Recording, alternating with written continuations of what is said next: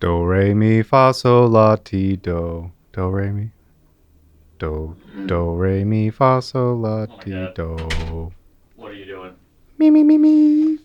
Thanks, cool. All right.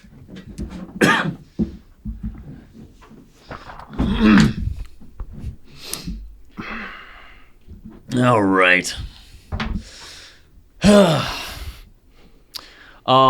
Okay, so we start off every show. Don't know if you know this, but with a singing competition. So I get to choose the song, and you're gonna sing it. Okay. What's the song? I don't know. Okay. I was joking. Happy birthday? You seem to be ready for it, though. I mean, I respect that. I don't. I wasn't sure about you. Like, you seem like you could be a karaoke guy or a not karaoke guy. No. No, I'm not either. Our friends had a karaoke party over the weekend, and I did not go. Yeah. I had a. You didn't even go? No, like that was the day I went to see Dune with my brothers, and I just got home. I had like 30 minutes, but I'm like, I'm just gonna stay home. I'm done. I was socialed out. I would rather go see Dune than go to a karaoke party. Yeah, that's kind of what I did. That's so good call. I stayed home with Archer, but anyway, you ready to roll and rock? Or not rolling rock? That's an alcohol, but From the rock and glass roll. line tanks of old Latrobe. Is it? Yeah, Rolling Rock. Oh, okay then. Do we have to cheers? Sure, let's cheers. Oh, yeah. Clinky. All right. Welcome, everyone, to episode 125 of the Goulet Pencast. My name is Drew. And I'm Brian. That's right. And we are here to deliver to you this casual and informal, tangential and extraneous, superfluous and extemporaneous fountain pen show where we talk about what's going on at the Goulet Pen Company and in our fountain pen lives.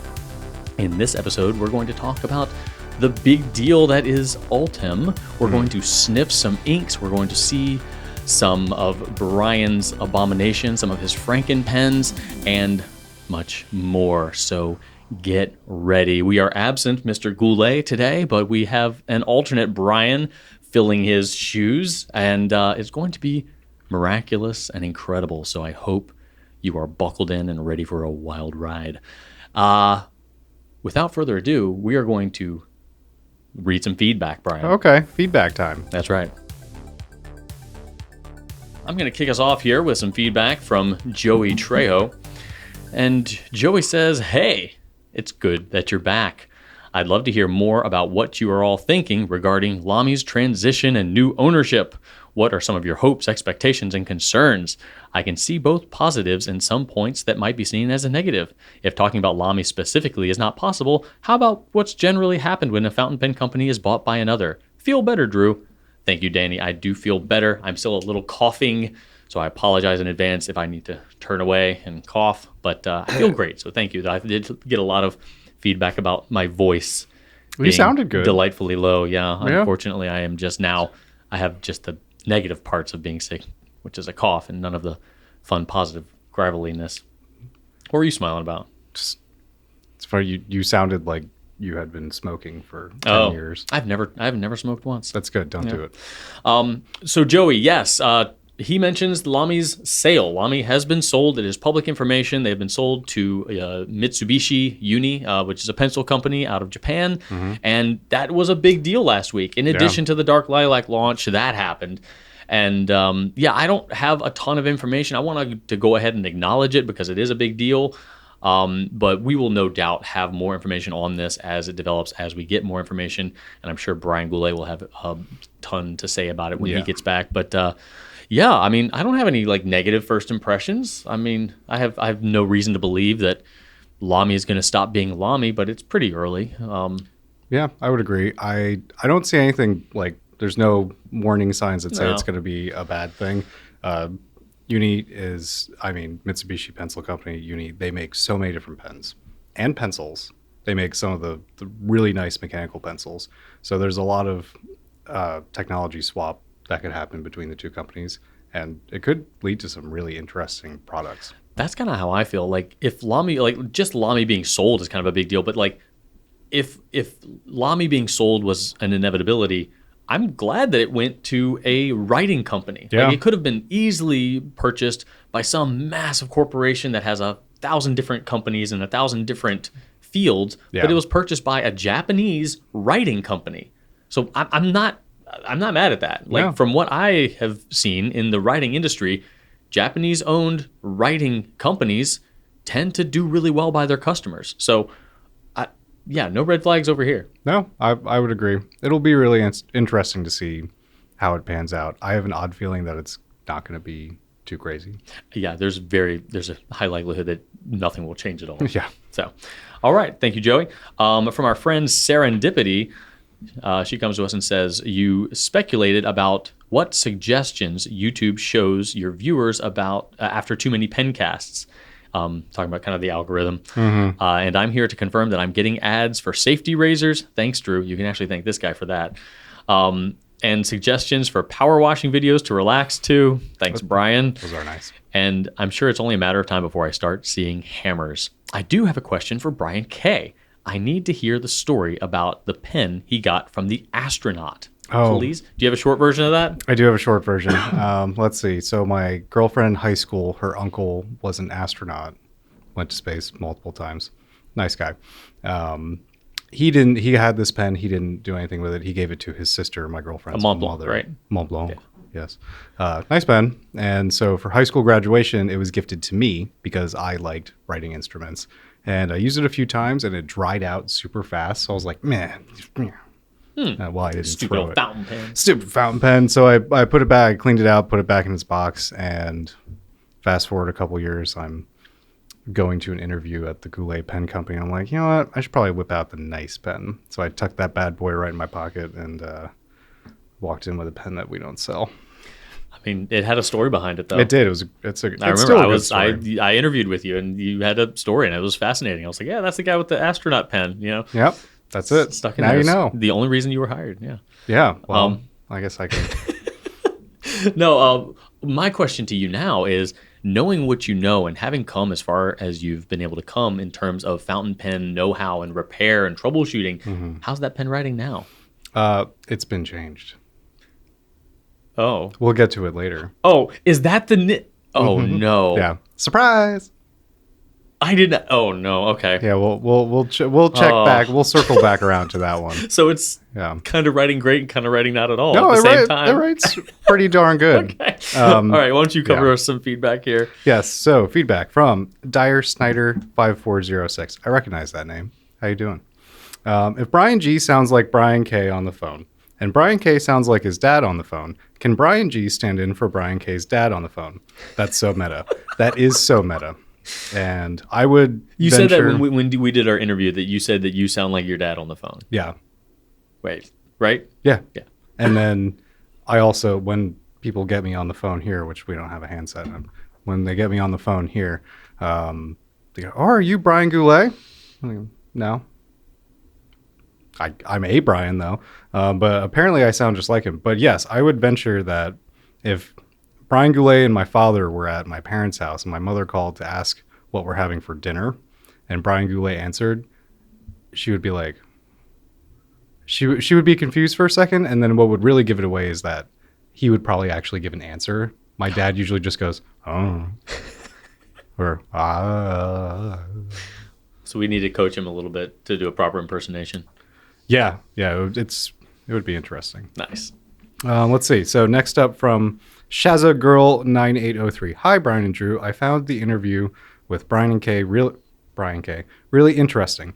When you have him on again, I would love a show and tell segment to see some of his leather work and knives. How cool! Do you have any? I do have it now. Do we want to? We could roll some of it into. Yeah, I'll take a little. Stuff. I can take a little video and we can put it up so people can see. Yeah. What you got with you? What you got? This is also a stack of pens. Oh, okay. Is that leather and knife together? Yeah. So they do go hand in hand. Put these back down here. So we've got one of the last knives that I made. You made that knife? I did. That. Okay. Yeah. Bring it over here so I can stay in my mic. Made that knife. So you like pounded out the metal and everything? No, this is stock removal. So I started with a flat square piece and then gotcha. Cut out the shape and ground the bevels. Oh, okay. And same deal with this guy. And you can see the difference there. And you made that handle too? Yeah, this one's rosewood, and this one is micarta of some kind. Red and white there. It'll polish up nicely, but Oh, wow. you should feel those both. Dude, you cannot feel these. What are they, standoffs, or what do you call these things? Those are just pins. Pins, okay. Yeah. Wow. That's wild. That one turned out nice. It looks more like a steak knife than I would have wanted. That's fine. Steak knives look cool. Or like a paring knife. I love this little edge here. Yeah, it's to lock your pinky in. It's really comfortable. Dang. And Brian knows all sorts about steel too, and like different types of steel. He knows like way more than he should about different steels. Is this a little? Is that Schmutz or some sort of logo there? That is Schmutz. That's okay. Because it's where the logo sometimes is up there. Yeah, that type of carbon steel takes a patina very quickly. Ah. So that is just. Oh, you did a little stuff. hole too. Yep, little lanyard hole, cool. and then we got the sheath for it. And you made this too. Yep. And I put a little dangler on it, little ring, so it can pivot back and forth on my belt. That is fun. You have to have special thread for this, right? Yeah, that is. Traditionally, it would be sinew thread, but you can get natural or synthetic thread. Is it waxed? Yes. Okay. Well, you can buy it waxed or unwaxed, but you want it waxed because it slides through the holes better. Ah. That looks so cool. Yeah, and then just Looks well used too. Yeah, I carried that one around for a while. It's a nice little knife. So you have to pin this in before you sew it, right? Yeah. Okay. If you rivet it or sew it, you have to do that step first. I guess if you didn't, you could like put something inside to then pound it. Yeah, you could. A lot of people will sew. If you sew them instead, you have to do it first. But if you do the rivet, you could put a piece of steel in there and then pound it in. But getting the rivet in there, that is really through cool. the hole, because it's a 2-piece rivet. Mm-hmm. So you have to put the post in and then the cap on, squeeze it together, and then whack, whack, whack with a hammer. Have you done more sheaths or more wallets? I've actually done quite a few wallets. Yeah, I know that Wallet. you've done quite a few wallets. Yeah, I sold more wallets than anything else because I would give people a nice friend discount. Yeah, So. and you've even done notebook covers, correct? Yeah, I did an A5 notebook cover for one of our coworkers, Jeremy, and I traded that. He ground a nib for me. I made his notebook cover. I pretty much did an exact Traveler's Company, Yeah. Traveler's style notebook. It turned out really nice. I dyed it red. It's one of the first times I used red dye, and it came out like crimson and beautiful. And you haven't been tempted to do one for yourself yet? I don't have enough. Well, I've got just barely enough leather to do one. I'm trying to figure out if I want to do A5 or if I want to do a Traveler style, because I've never actually used a Traveler style notebook. I prefer A5, but of course it doesn't travel as well. Yeah. And the Traveler, I never realized that the Traveler's insert is the same height as an A5. Oh. But it's like, 2 inches shorter on the width. So you can just take an A5 and chop it in half. Yeah. Or you could, my plan would be to use the Traveler's landscape and write in it that way. Oh, that's interesting. Yeah. Because you get the width. Yeah. Then the height is made up for. I actually don't dislike that a bit. Mm-hmm. Cool. All right. Well, there you go. Shaza Girl 9803. Thank you very much. Let's see. Next up, we've got Hello, it's Jordan. Brian K. helped me the other day, and he was awesome. Good job. Cool to get to meet him here. There you go. Nice to meet you, too. I'm glad I could help you, and I'm glad I was awesome. If I wasn't, that would be bad. Yeah, so if you want Brian to help you, just roll the dice and give us a call or shoot us an email. You might get lucky. You're going to get lucky either way because the whole team is fantastic. But that's true. Brian's in the trenches getting stuff done every day. Oh, yeah, all the time. And let's see. Thank you, Jordan. Left-handed clogger. Not me perking up when Brian K. mentioned Jim Hines of Hands-Pens. Smiley face. Jim is a member of my local pen club, and I've been able to meet him on several occasions, and I was 100% able to picture exactly how he said it. I admire your nib hacking capabilities. Yeah, Jim was cool. Nice guy. I want to talk to him some more at the next show at some point. Yeah. He seems like an interesting fellow. He certainly is, yeah. They got a good team with him as well. All right, well, that does it for our feedback. We're going to move on to a hefty dose of new stuff. New stuff. All right, what we're going to do is, I don't know if you noticed this, but I gave you all the pens, and then I'm going to tackle all the inks. Okay. There's no really rhyme or reason to it, but we've got a ton of both. So we're going to just kick things off with a bunch of new pens that Brian is going to make us aware of. Yeah. So first off the bat, we've got the Visconti Galileo Goulet. Yeah, limited edition. Do we usually go over price on these? Yeah. Okay. So a cool $4,796 for the Galileo Galilei. And it is gorgeous. Comes with a really neat stand, lots of intricate carving, classic, super high-end Visconti. Yeah. Yeah. It rings a bell, a very specific bell for a certain person. And that's usually how these pens go. Absolutely. Like there's one person out there that'll be like, oh, 100%. Have you had the opportunity to operate the power filler on this pen?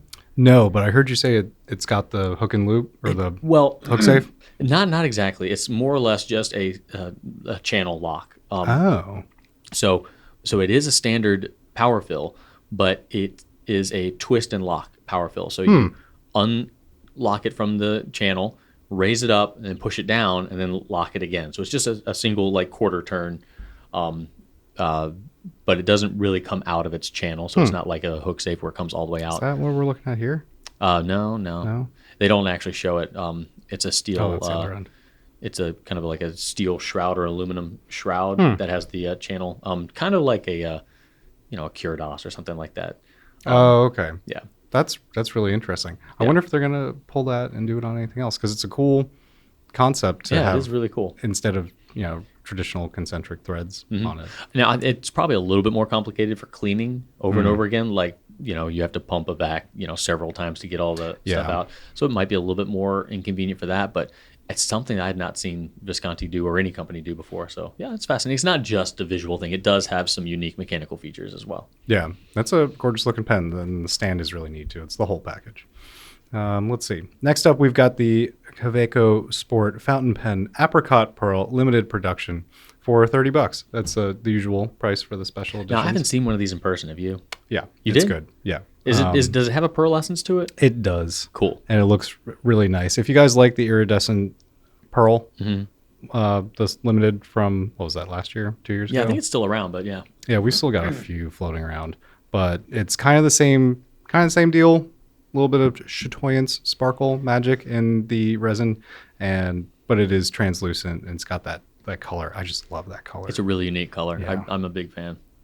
I mean, I'd like to see it in person because that's when you can kind of rotate it and see its pearlescence. But that's cool to know that it does have it. I was hoping it would. Yeah, I actually like that one. I usually don't buy a lot of sports, but I think I'm gonna get that one. Yeah. And next up from TWSBI, of course, we've got the Eco in Dark Sapphire, which is a lovely dark blue. So it looks a little purpley. It does look a little purpley, doesn't it?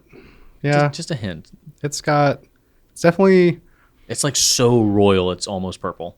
It does scream sapphire to me. Yeah. Yeah. I think it's a good ringer for sapphire. I would agree.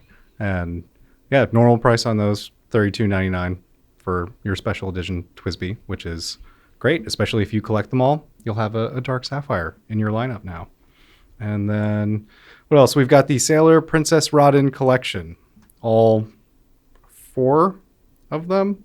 Yeah, so they've all got mother of pearl, UB Maquille on the outside. And that's kind of like another word for, platinum sometimes calls it modern maquille. It's like, it's maquille-ish. It's not like somebody sitting there and painting something on in the way you would with the higher price maquille. Obviously, the price should be an indicator of how much handwork is actually done to the pen. So just kind of understand that. Yeah, the Rodin bits are done by hand, but some of the overlay work is an overlay instead of being hand painted. But they are finished really nicely. I got to see all of these while Glenn was doing the photos, and he was having a really fun time trying to get the caps and the bodies to do their thing for that picture. Because like the design is on one side of the cap, but a different side of the body that's not really aligned with the nib per se, so you can't really show the nib and the design at the same time. But yeah, he got it done. There's some beautiful pictures online if you want to look at them. Yeah, and we've got 4 different colors with various animals, designs, and flora on them. So different flowers, different shapes, different colors. There's 4 of them. They all look really good. I am a big fan of the koi fish one, which is that's not that one. Nope. It's the Shiro Tai. Yeah. It's got a lavenderish cap with some purple flowers on it, and then a ivory cream body with the cute little koi fish on it. Yeah, they really go really well together. And they, like Sailor does, they're all really unique color combinations that you don't think would work, but they do. They do. They all look really good. And those are coming in at $3.12 a piece, which is a good price for the work and the overall layout of the pen. I like it. Yeah. And those are the Pruger Slims. Yes, these are all Slims. Cool. All right, well, there you have it for the pens.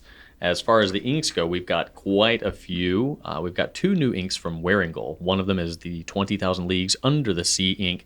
That is a nice kind of ocean blue, watery blue with gold shimmer. And I tell you what, when I did the swab for this one, I had to write Wearing Goal 20,000 Leagues Under the Sea on that little tiny card. Mm-hmm. Yeah, it's hard. Wasn't looking forward to that, but I managed. It was the word to swab ratio was a little different than I try to get, but it is what it is. That is a 30 ml bottle coming in at $22. Also at $22 is Wearing Goal Persephone, and that is a really sharp ink. It is purple with red shimmer. Yeah. Really cool. If you liked Wearing Goal's Frankenstein, this is a little different. It's a little more toned down, but not much. It's a different sort of sheen and a slightly different shade of purple, but still beautiful. And actually writing Persephone is a lot of fun. Yeah. That's a good, you got the P dropping down, the H coming up. I like that. I like it when we've got like different heights in words. Colorverse came out with an entire collection. So it's been a while since they've done that. I think the last collection they had was the Hubble collection. Season 7. Yes. So this is season 8. It is known as the Grand Expedition, and all of these colors are more or less concentrated around Jupiter, its moons, and things that happen around the our biggest neighboring planet here. So they are all going to be those 2 packs of bottles. So one 65 milliliter bottle and then one smaller 13. So it is $38 per unit, but you are getting 2 bottles of ink, one very large bottle. So 65 mil is, I think, the largest bottle that we have here. Like, can you think of a bottle that's more than 65 mil? 100 mil JR Bond. Those plastic ones. Yeah. I forgot about those. We still have those? I think like the ones that look like jugs? Pearl Noir. Yeah. Oh, wow, yeah. A great note about if you're not familiar with Colorverse, their packaging is amazing. So much fun. So if you're a fan of like that kind of really polished, you get out of the box and you look at it and you're like, ooh, I can't wait to open this. Colorverse is the right brand for you. It's a whole presentation. It comes with stickers, a little napkin, little instructions about the meaning behind the inks and everything like that, the inspiration. So I'm not going to go over all of them. There are 1, 2, 3, 4, 5, 6 different sets. I could read them all, but without describing the colors to you, they're going to be meaningless. So I'll put up some images. You can check out the colors, find out what speaks to you, and learn more about them. Which is the hardest one to pronounce? Let's see. I probably Sidereus Nuncius. I don't really.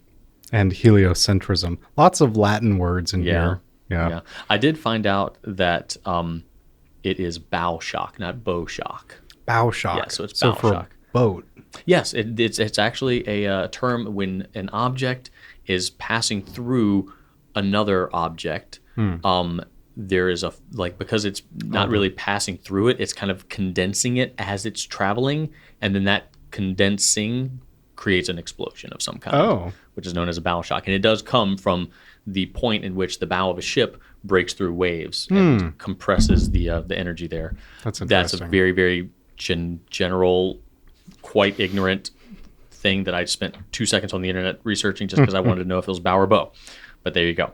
Also, ink-wise, we're looking at Ferris Wheel Press's Unfettered Flight. So that's a 20 ml bottle of ink. It is light blue with duochrome pink and gold shimmer. Unfettered Flight. Unfettered. And I don't know if you know about this, but there was an ink that Lamy put out called Dark Lilac. It's like a purple or something. You can get that for $12 if you want to. So there you go. It is purple. All right, we're going to jump into some company updates real quick before we get into Q&A. So here we go. Brian Goulet created a video on the aforementioned Dark Lilac ink, which, at a tongue-in-cheek moment there, it was a very big deal last week. Yeah. Lamy Dark Lilac was an ink that shook the core of the fountain pen planet back in 2016, I believe. Yep. And we immediately sold out. It broke our website at the time because of its popularity, and they didn't make enough. So it kind of, for years sat in this grail territory, it was obscenely high eBay prices and things like that. Lamy brought it back, and Lamy was not fully aware of just how sought after it was. So once news got out that it returned, it shook things up considerably. Not to mention the fact that in the same week, Lamy announced that they were being purchased. So last week was a crazy, crazy week. Brian sat down after he gathered all of the facts. He didn't want to produce anything without having some solid, concrete evidence to provide you with. So he bided his time, got together as much facts as possible, talked to Lamy directly, and then made a video really wrapping up the whole thing. So you can go check that out. That is available on YouTube. So I'll link to it here as well as in the description below. So if you have questions about the Lamy Dark Lilac situation, they will be answered hopefully in that video. And then you wanted to mention something else as well. Yeah, we are actually totally phased out of using bubble wrap in our packages. I did not know that. I thought we still used it like kind of sparingly, but... So I did ask Adam for some clarity on this, and Adam would love to come and talk to the viewers, to everyone. He's on my list of next Meet the Team people. Oh, good. So yeah, Adam will definitely give you guys some more information. But in short, we don't have a plastic bubble wrap machine anymore. No more sealed air. So we are totally on with the paper, which you guys have probably noticed if you've been shopping with us for more than 2 years, that the bubble wrap went away. The crumpled paper has arrived, and so that is a huge win for sustainability and recyclability of everything. Yeah, because I believe the paper is also made from recycled materials. If I'm not... Yeah, we've got the paper. The paper is totally recycled, and we've got like 80% of our packages go out in post-consumer, 100% post-consumer recycled boxes. Yeah. So very, very little fresh resource going into our packaging. And very, very, very, very, very few things arrive damaged or broken because our team is so focused on safety.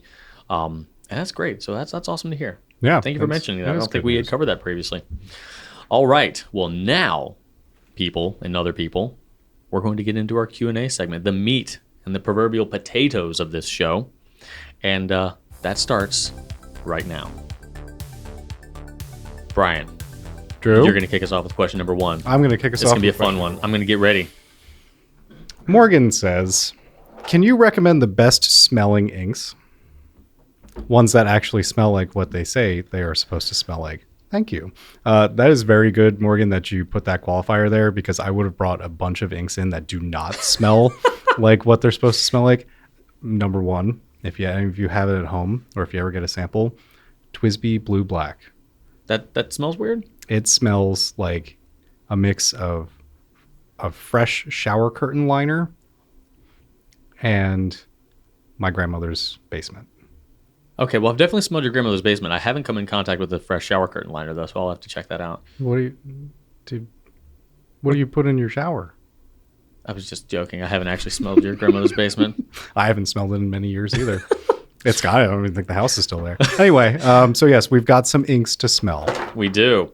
I don't have a olfactory cleanser, so if we were really serious, we would sniff some coffee. Yeah, there you go. But I've got a couple Diatramentis, because right now Diatramentis does have the most scented inks of any other brand. So I've got several of those, and I've got 2 Diamine from year before last's year before last, the purple edition of the Inkvent calendar. And then I have one that I did not know was scented, Brian. This is Jacques Herbin Noir Inspiration. Yeah, it's supposed to be. Oh goodness, don't tell me. You might need to pull it up on here because it's supposed to smell like wooden cigars or something like that. That's what it is. So we're gonna experiment. So let's tackle Diatramentus first with cherry, which I believe is the most popular of the four that we're going to be checking out. So here we go, cherry by Diatramentus. Oh, that's fantastic. See, I think that smells like cherry. That smells like, well, it's like very fake cherry, like cherry candy or something. Oh, right? It smells like cough medicine to me. Right, okay, but like cough medicines taste like fake cherry. Oh right? man, I almost I feel like I should just drink it. Douse, don't do it. Don't do send it back. Don't do it. No, it smells like cherry. Yeah, it doesn't smell bad. Kind of like Luden's cough drops, right? Yeah, I've got some sort of flashback going right now. See, I'm not mad at this at all. I think it smells good. No, it does smell good. It doesn't have that medicinal tinge at the end of it. Just a hint, but not too much. That okay, I will say. It smells like what it's supposed to. Yeah, if you bought a cherry scented ink and sniff this, I don't think you're going to be disappointed. Agreed. All right, apple blossom. See, here's one that I just don't have an expectation for. Like, what the heck does an apple blossom smell like? What should it smell like? I don't care for that. It's not terrible, but a lot of these that I have smelled tend to really go hard on the perfumey smell. Cherry is not one of them. Cherry actually smells a little bit more like candy, a little sugary. This one approaches the perfumey category for me. It is very floral, very floral, soft. It is soft. It doesn't have. It's not nearly as strong as the cherry, and it's not as sweet smelling either. It's fine. I really don't think that it's strong enough to last on the page, though. No, and very few of them. Well, we don't really test it, so not a lot of us use scented inks, and the best feedback we get is from customers about this one still smells after 6 months in my book, and there's so many factors to that. But yeah, they're fun to use. I like the idea of writing with it, and you're like, it smells like cherries as I'm writing. And that's the experience. So it's more for your experience than the recipient or the later recalling the letter. Definitely. All right, Diatramentus Black Roses. So I'm just expecting this to smell like rose, but the color is probably darker, so they called it Black Roses. I don't know how I feel about that one. It definitely is floral. That's definitely rose. Yeah. Yeah. This smells like I just splashed my face with rose water. Okay. Yeah. So not bad. It's definitely rose. Yeah. And to those out there, it does smell more like rose water to me than a fresh rose. Okay. I've never smelled rose water. Oh, it's lovely. Really? What do you use it for? You spray it on your face. Oh. And smell good. And it's good. Yeah, it just feels nice. Okay. Yeah. I like this one better than Apple Blossom. Yeah. So far, which was your favorite? Not the cherry. Not the cherry. Cherry's definitely my favorite. I think I like Apple Blossom. Okay. It was a little more subtle. All right, we're going to finish things off with the Diatramentus quadrilogy with lavender. Oh. Okay, that is, I think, just as potent as cherry. It's definitely more punchy than the other two florally ones. And this one hits definitely essential oil lavender. Yes. More so than lavender off the plant. Though I've got 3 lavender plants that we put in the front of the house, and during the right time of year, you just walk by and you touch your hand on it, and then you.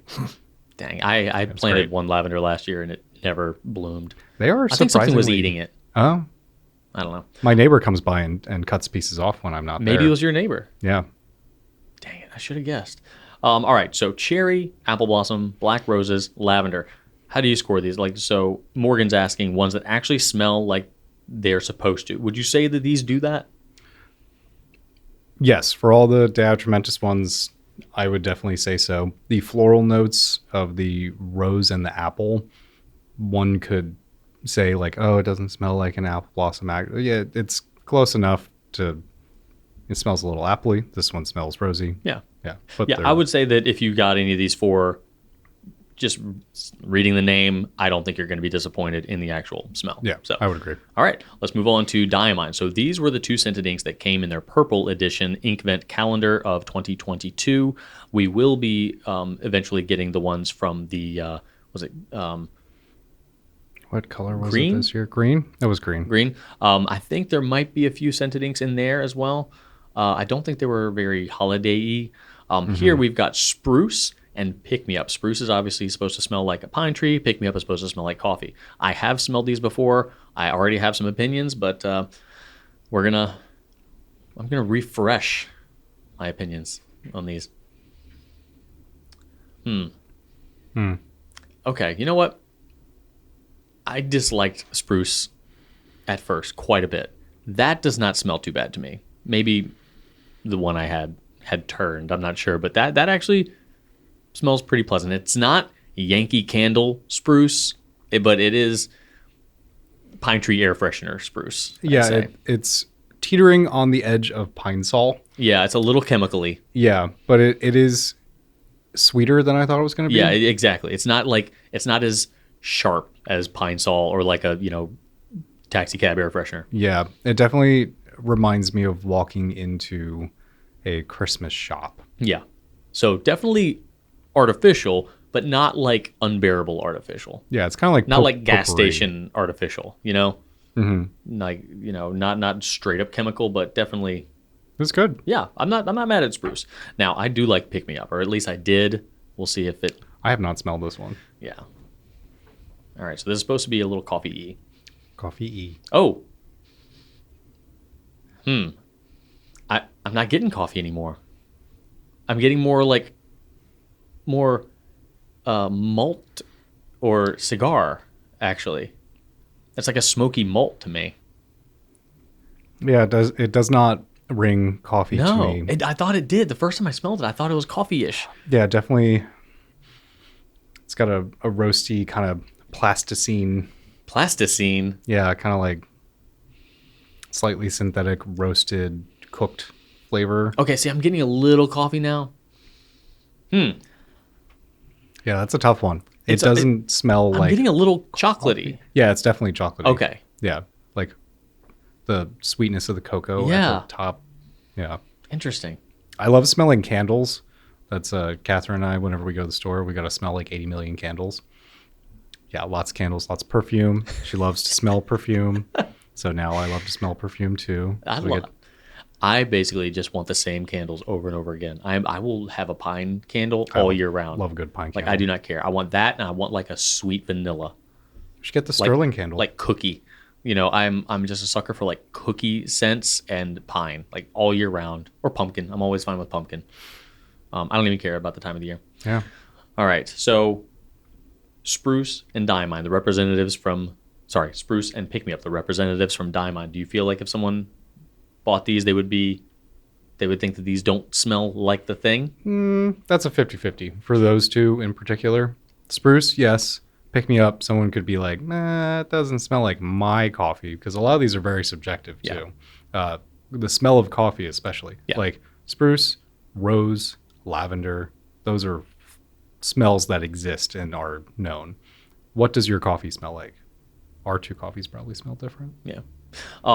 Yeah, I agree with you. I think Spruce is accurate. I think Pick Me Up is pretty variable. I don't get the coffee scent as much. I get other scents. So if you've got a very chocolatey, smoky coffee, then you might be very, very happy with that. I'll do it. All right. So Noir Inspiration. Could you pull up that? Because I wanted to know what exactly they say this is supposed to smell like, because I did not know. This is the only Jacques Herbin scented ink that we have. And I did not know that this was scented up until just now. So let's see. Noir Inspiration.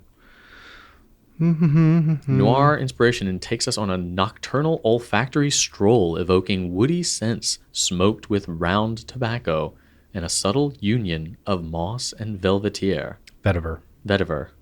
Oh, there's none either. It sounds like I just assumed it was French. Are looking at descriptions of soap scents. Yeah, there's so much going on here. Yeah. And why does it need to be round tobacco? Well, the smell is round, not the smell is round. The shape of the smell.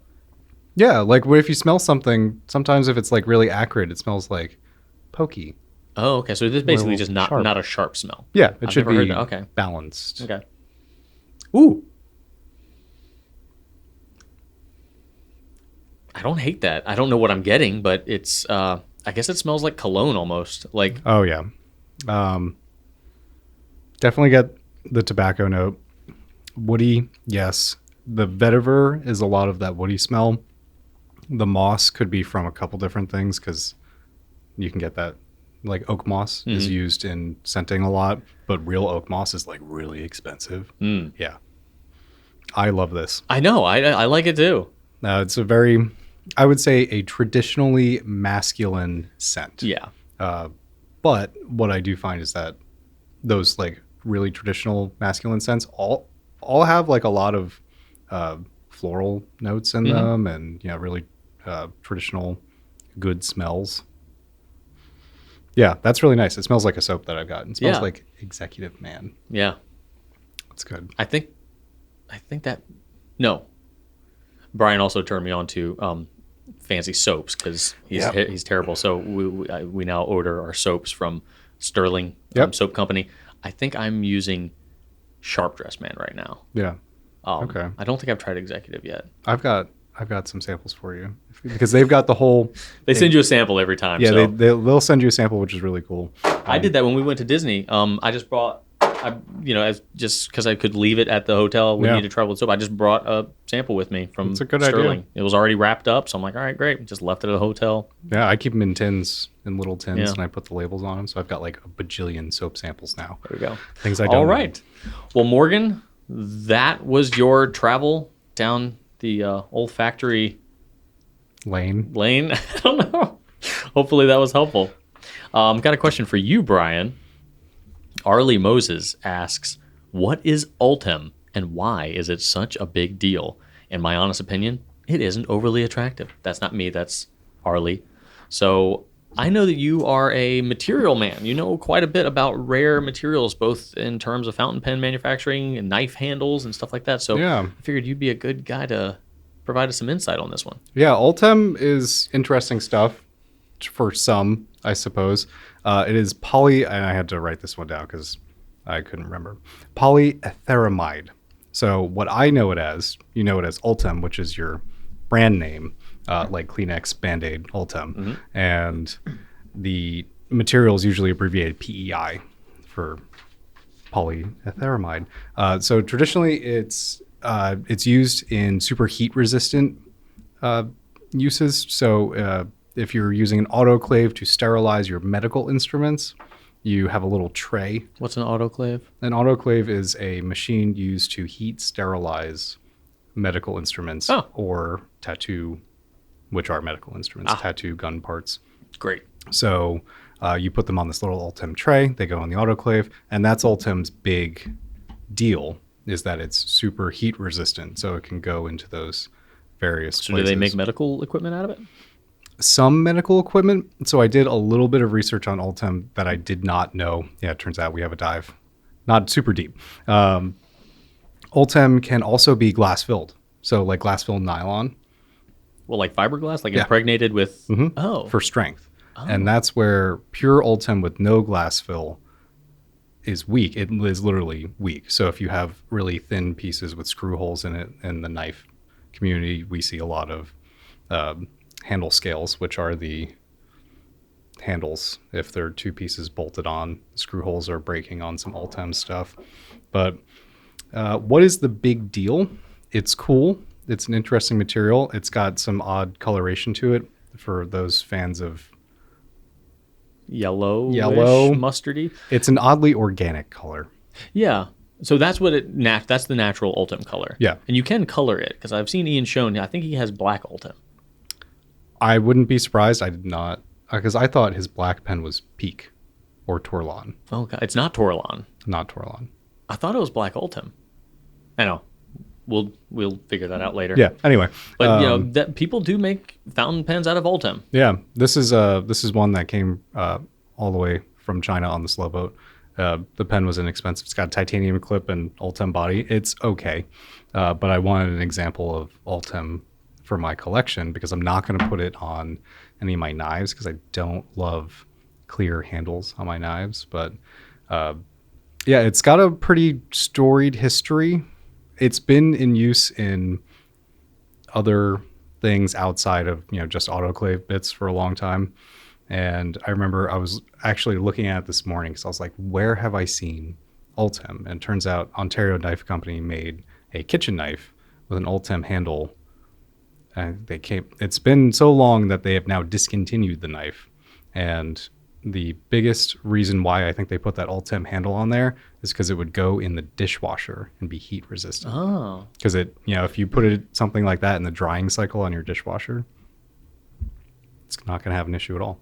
Okay, so he does do, he's got natural Ultem, black Smoltem, and also Peak. So he calls it black Ultem, but I don't know if maybe that has something else going on to it. But yeah, we're just focusing on the natural Ultem for the sake of this question. Yeah, it's interesting stuff. Oh, at least in the pen realm, the first time I ever saw it was on Kasama pens. That's the only place I've ever seen a Torlon. Really? Mm-hmm. Okay. Which I fell in love with. Yeah, the Torlon's neat stuff. I like the Delrin. Delrin's cool. Delrin's neat because it's a self-lubricating plastic. It's really, really light though. Yeah. And it feels really soft. Mm-hmm. I've never held a Torlon pen, but I feel like it's heavier than... I don't know. It's weird because every application I've seen it in outside of pens are all these like large kind of like wheels and bearing surfaces. Yeah, exactly. Yeah. So it's hard to gauge how heavy a hollowed out version of it would be, in the form of a pen body. Yeah, it is an odd material, especially like the new engineered plastics are kind of... I feel like they go a little like they come and go like a little fad kind of.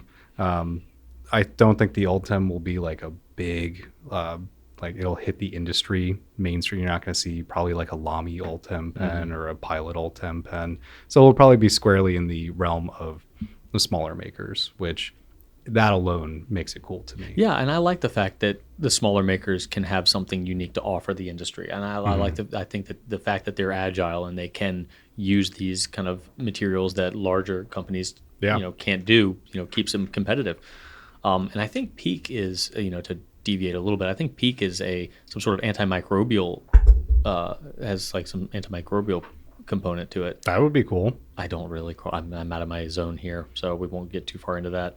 We already went too far last week about talking about metal threads and how things react to metals, and I don't want to jump too much onto the ignorance train. I love conversations like that. I know, but we do a thing where we just start talking about how we don't know anything, and it's not helpful for anybody. Well, then you get all the people that do know stuff in the comments.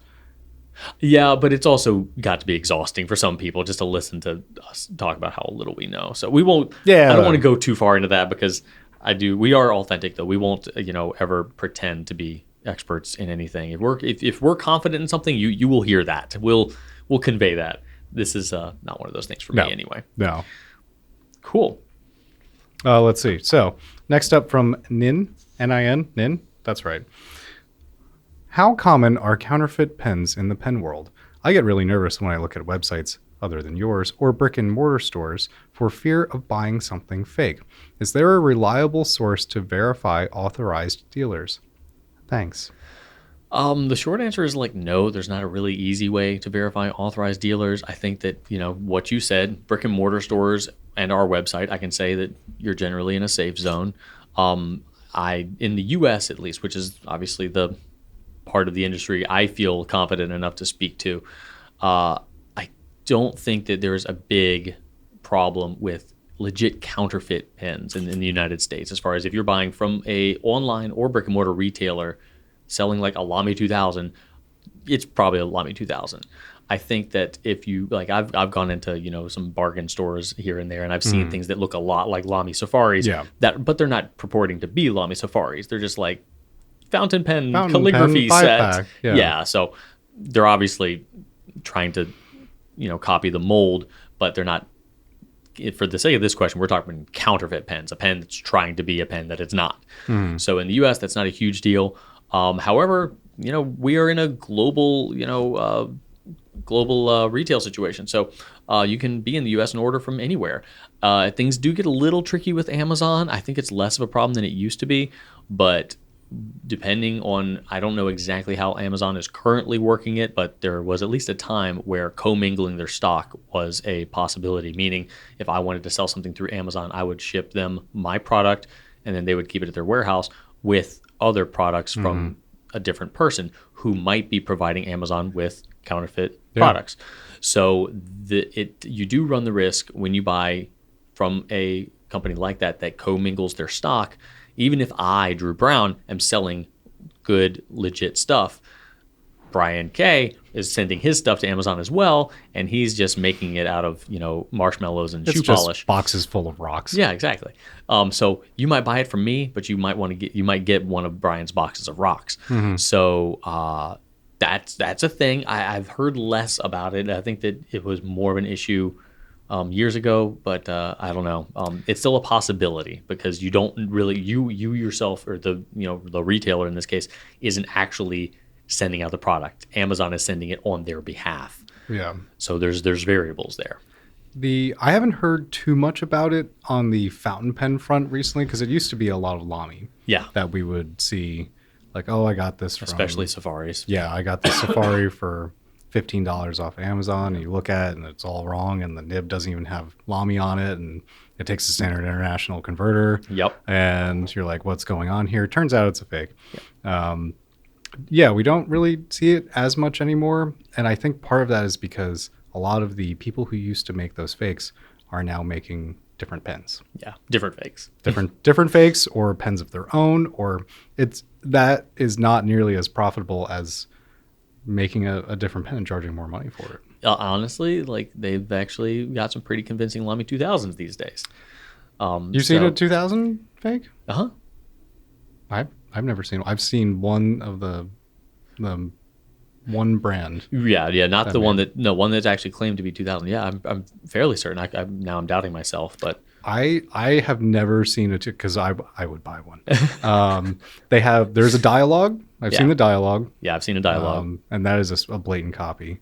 The VPs are not directly branded. Yeah, I've seen so those copies are not branded. Straight up fakes. Well, I can roll into my part. Well, let me finish off by saying that there do exist some gray market retailers as far as your ability to spot an authorized retailer. Now, granted, buying from a not authorized retailer doesn't mean you're going to receive counterfeits, but you're not guaranteed that. The only way to guarantee authenticity is by buying from an authorized retailer. There is not one easy way to find out if the place you're shopping at is an authorized retailer for all of their brands. We have it in our FAQ section. If you go and visit our website, it's a FAQ that says like, hey, are you an authorized seller for all your pens? And we say, yes, we are. So you could do that if that particular retailer chooses to put that in their FAQs. If not, you could ask them. You could ask the manufacturer or the distributor in your country. That would be the most foolproof way.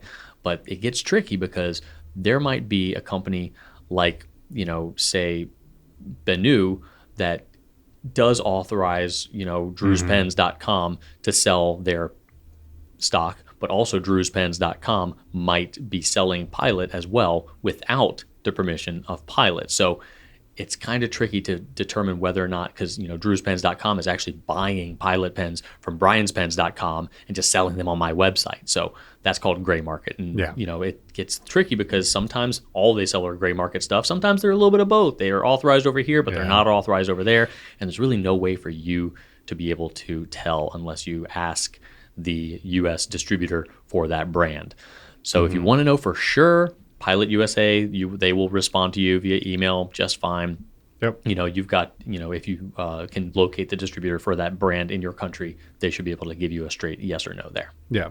And that rolls directly in. Like you go to the distributor, and this is a good example. Like for us, if you come to us and you need a Pilot warranty issue on your pen that's 2 years old, we'll send you to Pilot USA. And if you look at some other websites, it'll skip Pilot USA, and it says from this US-based website, they send you directly to Pilot Japan. That means that they are not an authorized dealer through the US distribution, but they are through the Japanese distribution. And that's the gray market, and that's where it gets really funny. But a lot of the distribution or at least the manufacturer's websites, do have dealer locators. So you can go find dealer That's a good locators. point. Yep. But sometimes you're looking at like, it's got to go through a distributor first. So like we don't buy stuff directly from Visconti, Italy. We go through Coles of London in North Carolina. And if you go through their website, you'll find all of our information there too. But yeah, ask your retailer if they're an authorized dealer too. That's something that they should wear as a mild point of pride if they're getting it from the right place. But yeah, beside that, the odds of getting a fake from any of like the legit fountain pen websites, all of our contemporaries, us, well, you're not going to get anything fake from us because that doesn't even enter our stream, but it's extremely low. Like you're looking at eBay, Etsy, Amazon, like the places where Joe Schmo can sell Brian's pens that are actually boxes of rocks. That's where you're going to see this stuff. And maybe at like some random brick and mortar stores. And that's a tricky thing too. Cause maybe not of their stationary stores though. No, like if you go into like a flea market and you see a bunch of pens or garage sale, or not even garage sale, like some sort of off the beaten path kind of thing. Like if you tasked us with finding and buying some counterfeit safaris, it would be way harder, it'd be really hard to do that than it would be for us to buy some real ones. So they're quite uncommon. Yeah, and it's not like, it may seem like a lot of pens, but it's not really, and it's actually very little of what we even carry. Yeah, when we've encountered them, it's been like a fascinating thing. You're like, oh, come over here, look at this picture this customer sent me. Look, it's a fake Lamy. Like, oh my god, and it's a pretty rare occurrence. We get to actually kind of analyze those, so it definitely doesn't happen often enough for us to be super knowledgeable about it, and that's a good thing. Yeah, it is. Overall, they're probably harder to run into. Yeah, they're hard to find. Yeah. Okay. I've got a question for you from Bridget. And Bridget says, I love inks that write very wet, and I wish I could search the website for inks by wetness. I appreciate that the technical specs of the inks show the flowability of each ink, but I wish you had a short list of inks that have very good flow, a variety of colors, so that I do not have to go and look at the technical specs of over 800 inks you have on the website. Love the Pencast. We get this question a lot, and I don't expect you to have an answer for it because there is no answer for it. And generally, I skip over these questions because we simply don't have a way to just say definitively, these are wet inks, these are dry inks, because it's very subjective. But I thought Brian being here, he does have a new perspective than Brian Goulet or I have. So I just wanted to just kind of check in with you and let you offer, your opinion on the matter. Yeah, it's a tough one because, as Drew noted, it is super subjective. And there's some people, literally, you could take, 5 inks. And I think one's the wettest. Drew could write with it and be like, these all feel the same. Especially if it's a different pen on a different piece of paper. And that's it, too. Your paper will make a huge difference. If it sucks the ink right in, it's not going to feel, or it might feel really wet because it's like right into the page. If you're writing with a double extra fine, nothing's really going to feel very wet writing.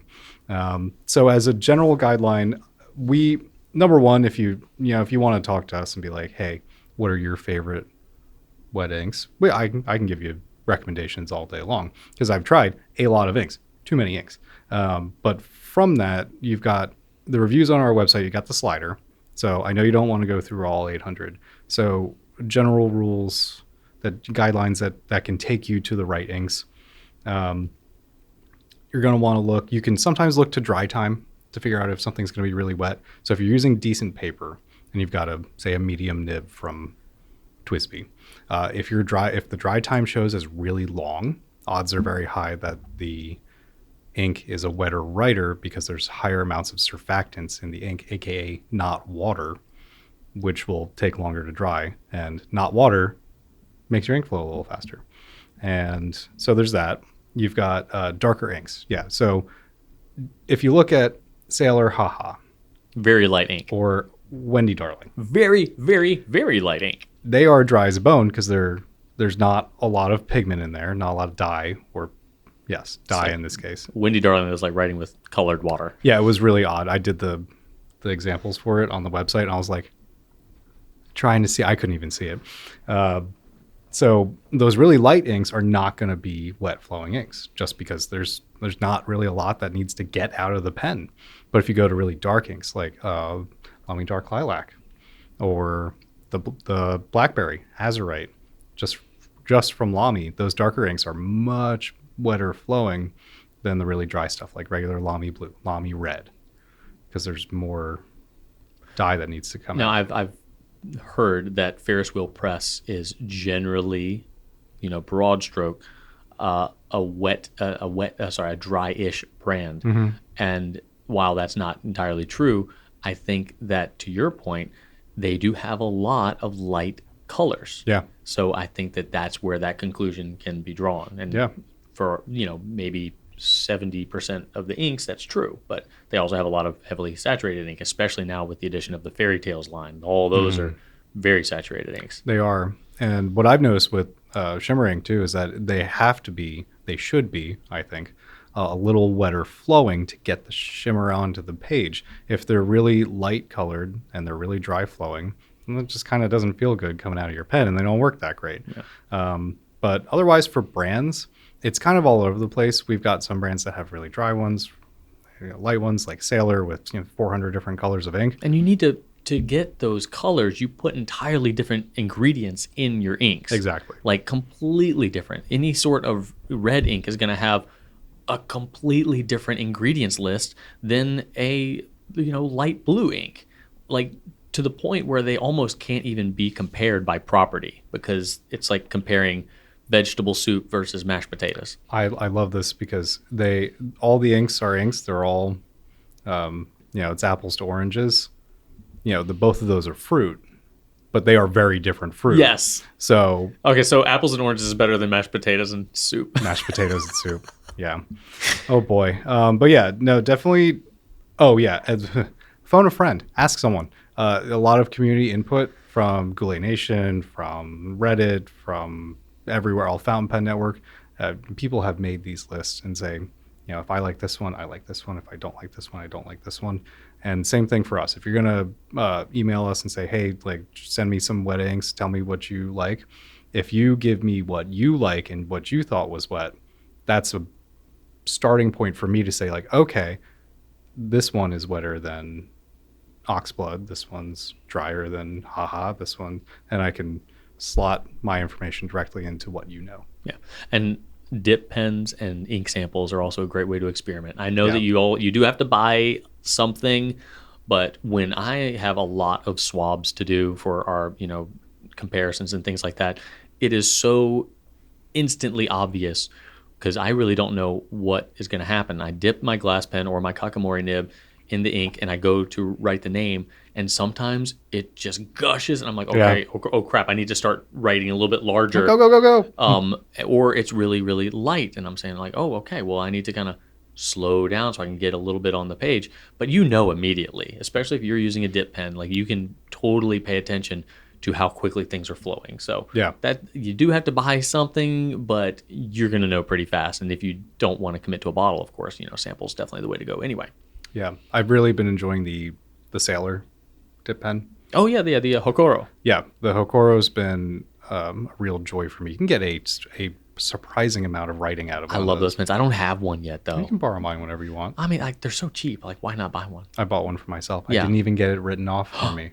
Wow. So I can take it home. There you go. Yeah. Alrighty. And last question. Okay. From Nick. Hello. Does the surface underneath the paper I am writing on affect how fast the nib tipping will wear out?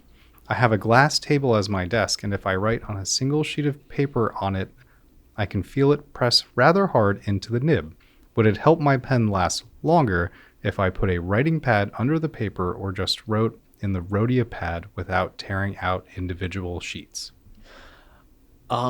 Nick, the short answer is no, it doesn't matter as long as you're using the right sort of pressure. The more detailed answer would be that if you are pressing hard enough to kind of feel something uncomfortable, then the surface is going to matter more. A properly tuned fountain pen should write under its own weight, and under its own weight, if that is the amount of pressure you're putting on it, you won't notice, unless you're comparing 10 years of use, you won't notice a difference in tipping material deterioration. If you do have a heavier hand, though, then I would say, a writing pad wouldn't simply be, better for the nib, but it also would be more comfortable for you and the writing experience that you're trying to get after. If you also have a heavier hand than a more rigid surface like glass, you might run less of a risk in kind of putting undue pressure on the tines, one more than the other, if you were on a softer surface. But sometimes I like to write on a harder surface. I feel like the drag increases when I write on the top of a fresh pad of paper or on a padded writing surface that I don't always enjoy, especially if I have a really fine nib. I don't like the way it kind of digs in a little bit. And granted, I'm not putting any pressure, but some nibs are so fine, they're still going to do that. So I feel like I do prefer harder surfaces when I'm writing with a really, really fine nib, but that's just me. So it really depends on what you're after. But like we've covered in other pencasts, the amount in which you would be wearing away tipping material by simply writing, like you have to either be writing on an extremely abrasive material or you need to be writing a ton with a lot of pressure. Like we're talking, 10, 20, 30 years of a ton of use in order for you to see any difference. Unless you are writing very, very tough with a very odd angle, you're probably not going to notice a difference. Yeah. Over 5 years of being here, I've talked to one customer who has legitimately worn down a nib. And it wasn't like down to the bone or like, wheel coming or tire coming off the rim. Like it was just that he noticed a difference. And this gentleman wrote, I think he told me like 30 pages a day he would write. What pen was it?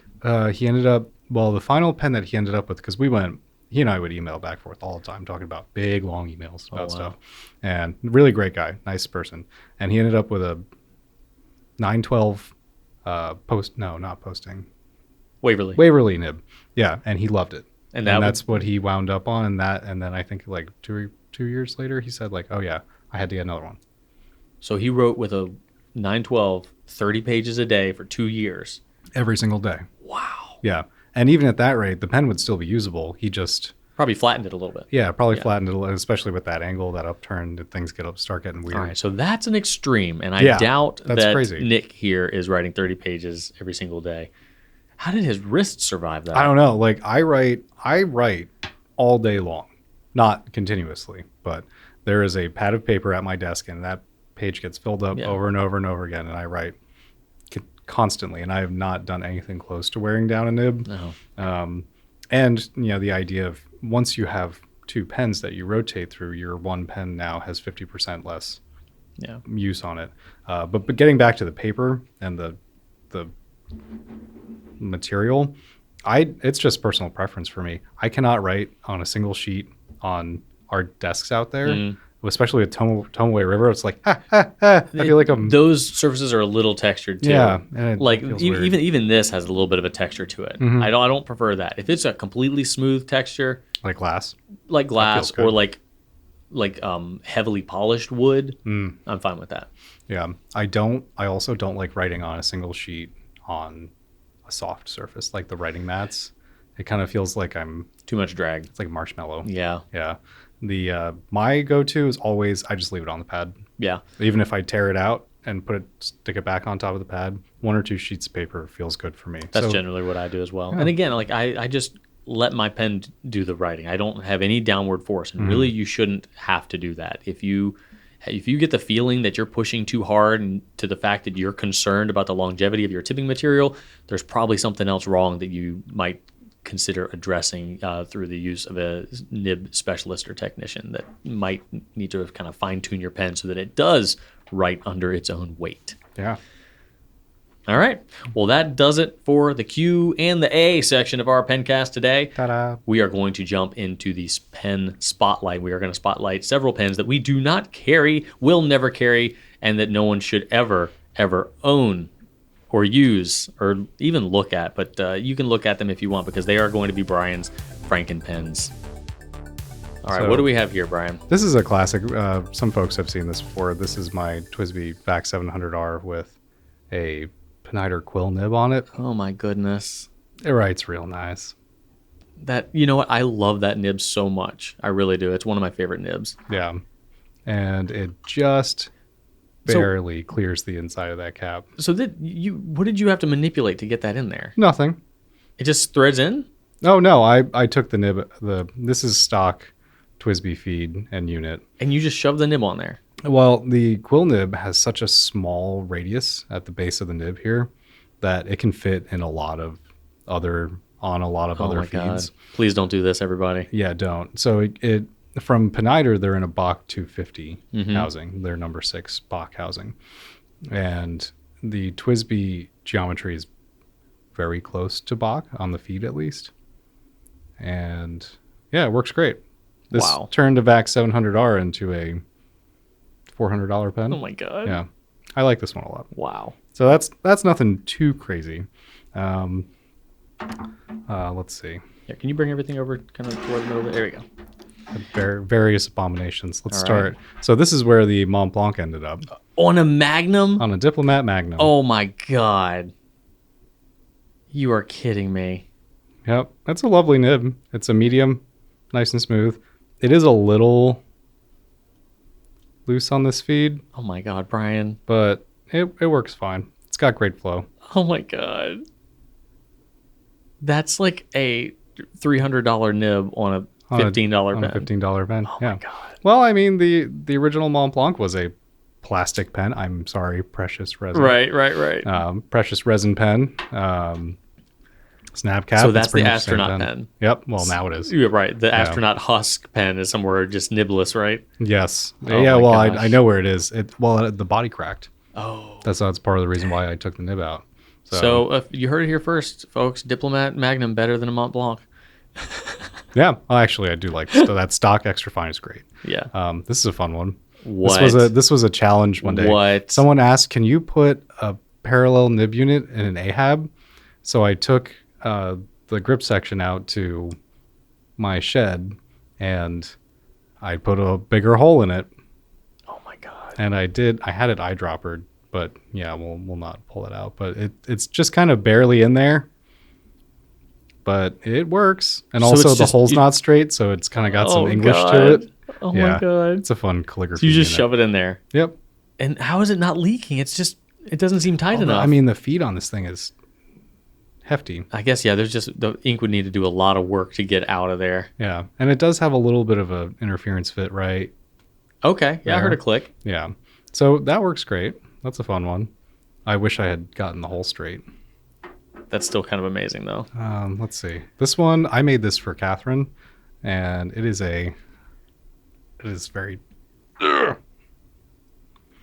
Okay, we've got a Quico Sport, Frosted Sport, with a Monteverde one-touch rollerball N-gauge, very long name my God. rollerball unit in there. That does take fountain pen ink, and you can see the Quico converter in the back.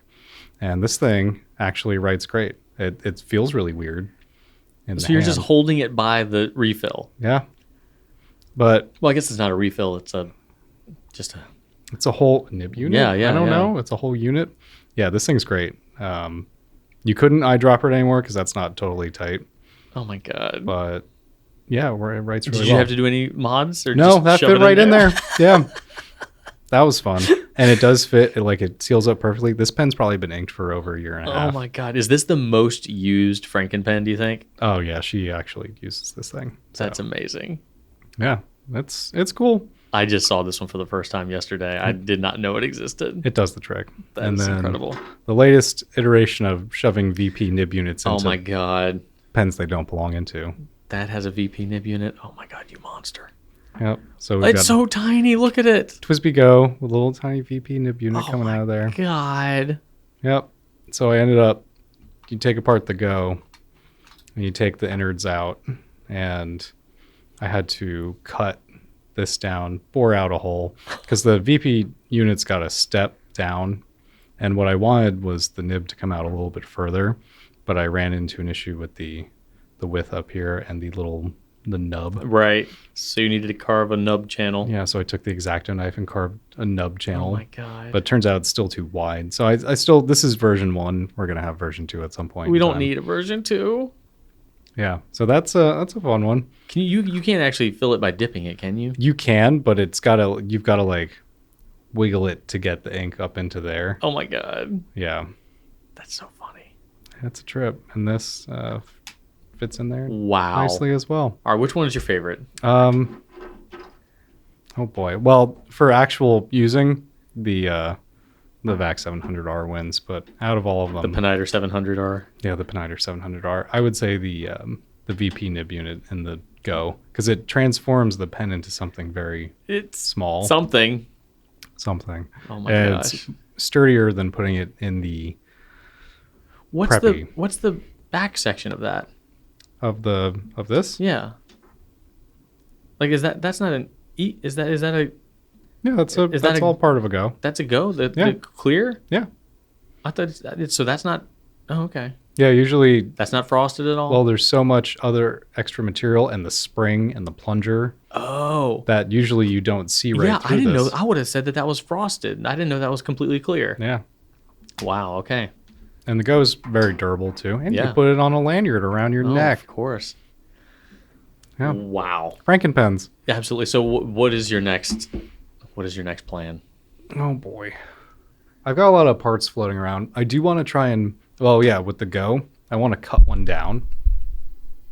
I was looking at the original design, and if you negated the filling mechanism and just capped it off and let it be a little well, or how I was telling you about, I wanted to cut the rod down and thread it. Yes.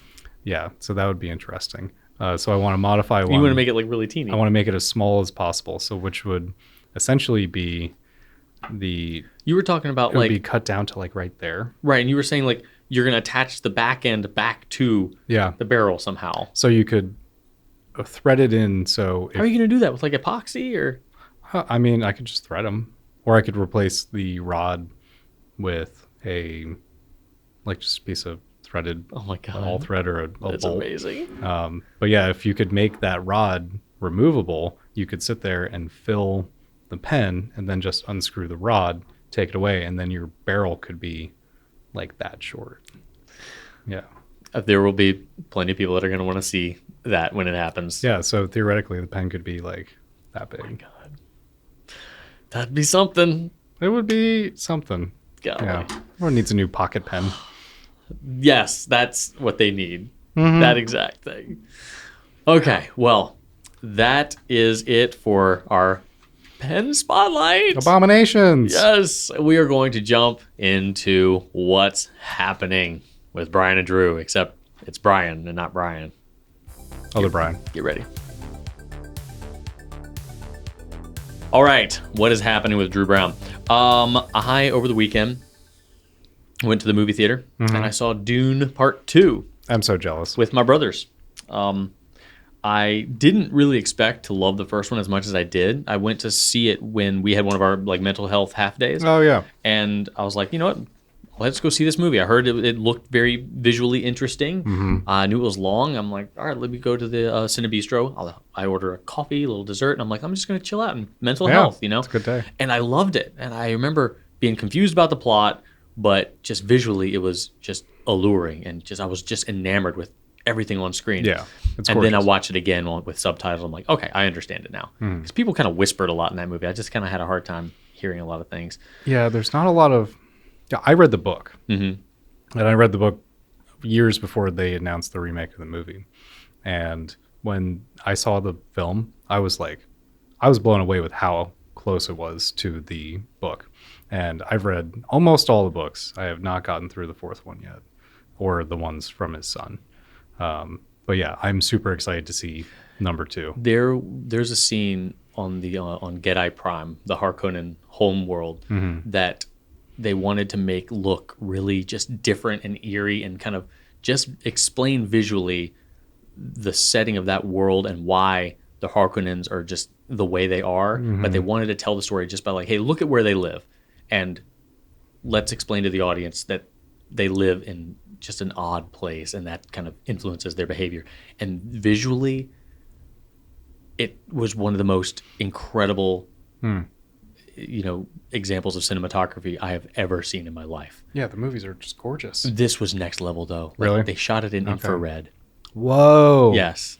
That's interesting. And it was a big risk because the director was saying that the cinematographer, he just told the cinematographer he wants it to look kind of crazy. Yeah. And he's like, maybe we should do black and white. He's like, no, I want to do it in infrared. That's crazy. But the crazy thing was that you couldn't add color to it after the fact. Yeah. So you'll have to see it. I'm not going to go into detail because it really is something special. But that right there just floored me.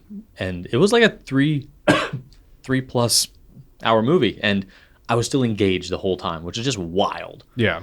So that was fun. We had a great time. Afterwards, my brother wanted to just kind of like go to a bar and chat about the movie. So I'm like, okay, cool. So we tried to find something, but it was over at Stony Point. There's just nothing over there. So we ended up at just, pardon me. We ended up just walking over to P.F. Chang's. There you and go. sitting at the bar. And because I don't drink, my brothers ordered some beers and I just had some soup because I'm like, I want to patronize the establishment.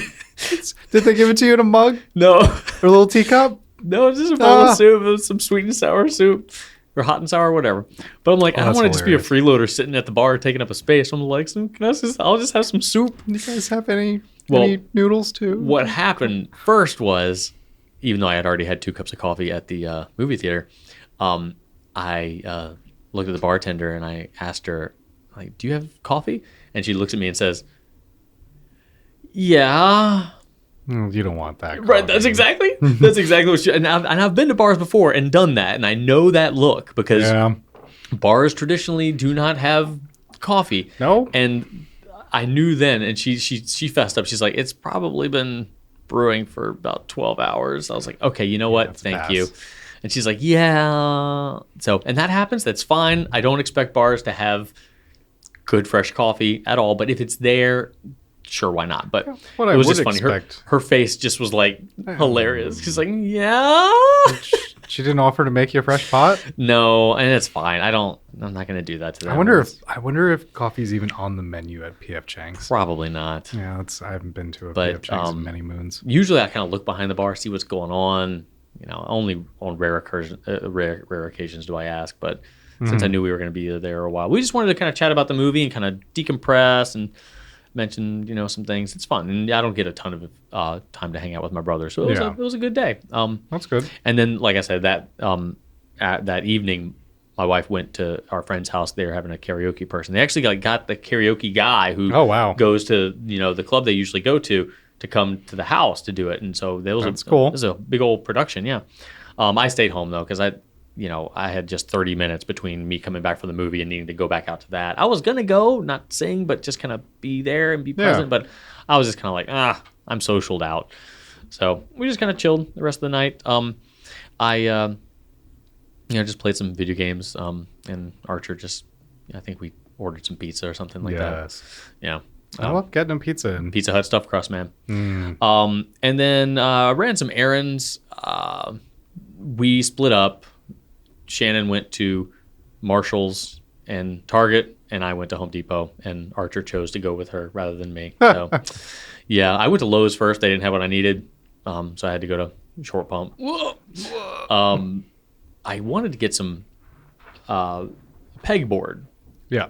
And Lowe's only had it in these massive sheets, and they didn't have the ability to cut it for me. Their cutter thing was... it's never worked. It's like the ice cream at McDonald's. Yeah, so they said, you can go to Short Pump. So I just went to Home Depot, which is slightly closer than the Short Pump Lowe's. And they had smaller sheets of pegboard. That's good. And so what I was going to do for Archer, he has this massive, one of those like big bucket things you cram full of toys. It's like you've seen them, the big old plastic bucket with like rope handles. Oh yeah. He's got like so many Nerf guns in that thing. He can never find what he's looking for. Did you put them all up on a pegboard? My plan was to put them hang them on a pegboard. So it's like a gun rack. Yes. That'd be cool. So I thought that would be good. So I got the white pegboard and I started wheeling it around. I also bought a piece of lumber to fix a part of our deck and some other things, some paint for the exterior window frames. I've been sitting on a bunch of errands, a bunch of housework for a while, and it's been really irritating me. So I got up the motivation to finally at least buy the supplies for it. But I had the pegboard, right? And then I realized, wait, how do I mount this? Because I was just going to screw it into the wall. But if I screw it in the wall, there's no separation from the wall. Put it on the frame. Right. So I'm like, oh, wait, I'm not doing that. Yeah. So I put it back and then found these plastic, like, I think they were more than a foot, maybe 1.5 by 1.5 foot, plastic squares of black pegboard. And they had the standoffs already built into the plastic mold. So there's 5. There's one on each corner and then one in the middle. And I'm like, okay, there we go. So I bought 4 of those. They were a little bit more expensive, but they look nicer, a little bit more clean looking, and I don't have to have any sort of frame or standoffs, in addition to it. And they came with all the mounting hardware. That's easy or enough. so I thought, because I get home, I put one of these up, and after I drill my holes and put in the anchors that it came with, I put in one of the anchors, drill my screw into the anchor, and it just shoves the anchor clear through, because the anchor has no rim on the front of the anchor. Yeah, just go straight in. So that's funny. I'm like, and I did. I thought it was a fluke because I've never had that happen. And then I got one in there, drilled a little bit into it, shoved a couple toothpicks in it, and then it worked. The toothpick's a good idea. But then I'm like, I'm not doing this. So I went into my my attached little shed storage room, got out some smaller screws that had included anchors with the rim on them, and those worked just fine. But I'm like, why would an anchor not have a rim? Maybe it was made for not drywall. If you I don't know. Yeah. Well, I guess it's you either anchor in drywall or concrete or. It was terrible. So anyway, after I figured that out, I got the Nerf guns hung up. I think it looks freaking awesome. That's dope. Like, Archer was not excited about it at all. But then he went up after I had set up everything, and he was like, "Oh my god!" So now we can hang it all up and look at it. And be he was like, "Yeah, I choose." That's what he said. He's like, "And when my friends come over, I'm going to come up and I'm going to say, choose your weapon." Yes. So he's all excited about it now. So I was happy. That's really cool. Definitely, I could have done other projects that were more helpful to the home, but I did that one first because it was just more fun. But it looks pretty rad. I'll show you a picture. I bought my first saw. Yeah. Don't own a saw, but I own a saw. And I had a hacksaw, but the last couple times I've gone to use it, it hasn't been long enough. So I've just gone to saw something and then it just stops at the frame, which was kind of hilarious because the saw I bought, like I was telling you, has this what is this? You bought a miter saw. Miter saw, okay. I thought it was called a box saw. Maybe it's the same thing. I don't know. But it has a strip of metal across the top of the saw. So when I'm sawing the wood, it stopped once the top of the saw went far enough into the wood. So I had to flip it around and get it from the other side. So I still don't have...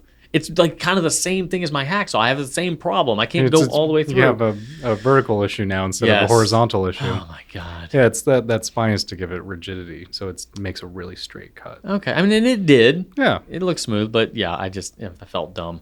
Well, anyway. Now you got 2 saws. Yay! I bought some new patches. Oh yeah. I got a Scorpion and a Sub-Zero. That's cool. That I have on the side of my jacket, so they're facing each other. Mm-hmm. And then I bought 2. I'm starting on my sleeves because I wasn't doing anything on my sleeves, but because I wanted to roll them up maybe. Yeah. But Shannon was like, "No, it looks weird. Your sleeves look naked." So I was like, "Okay, cool. Excuse to buy more patches." Yeah. There you go. I got Monkey Island, which is a 90s LucasArts like point and click adventure game that I loved as a kid. And there's another one made by the same developer called Day of the Tentacle. So I got that on each forearm. I used to love those games. They were pretty chill. Like you just get to like walk to, click, and then pick up blank, look at blank, push fun. Blank, pull blank. And a lot of it was just trial and error. Like use monkey with fire hydrant. And like, oh my God, it works.